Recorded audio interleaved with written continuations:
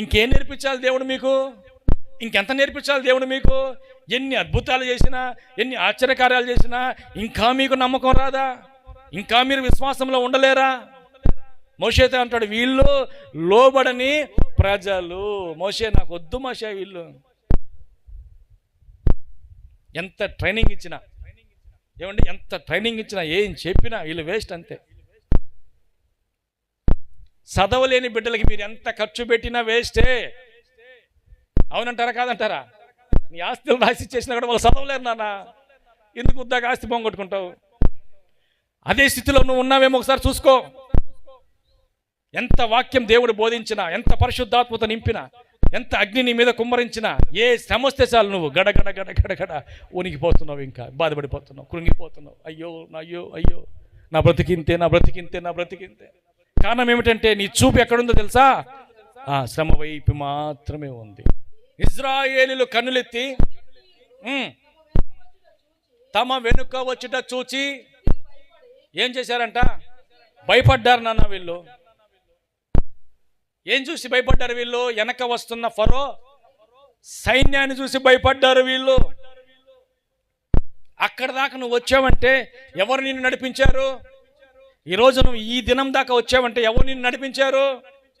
ఎవరు నిన్ను విడిపించారు? నీ కొరకు ఎవరు సేవకుని పంపించారు? ఎవరు ఆయన చేతి అద్భుతాలు చేశారు? ఐగుప్తుల దేవతలకు ఎవరు తీర్పు తీర్చారు? ఇవన్నీ మర్చిపోయి అక్కడ దాకా వచ్చి వీళ్ళు ఏం చూస్తున్నారా అంటే తిరిగి మళ్ళీ వెనక నుండి వస్తున్న సైన్యాన్ని చూసి భయపడ్డారు.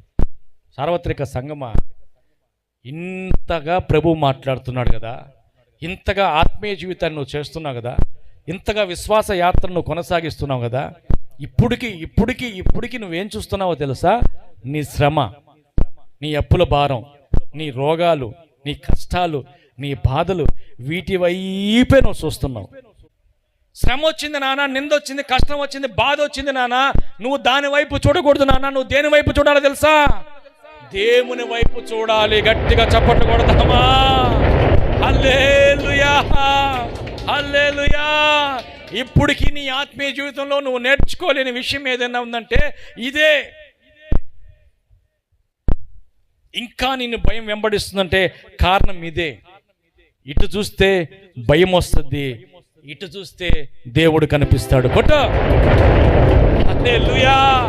ఎటు చూస్తున్నావు నువ్వు?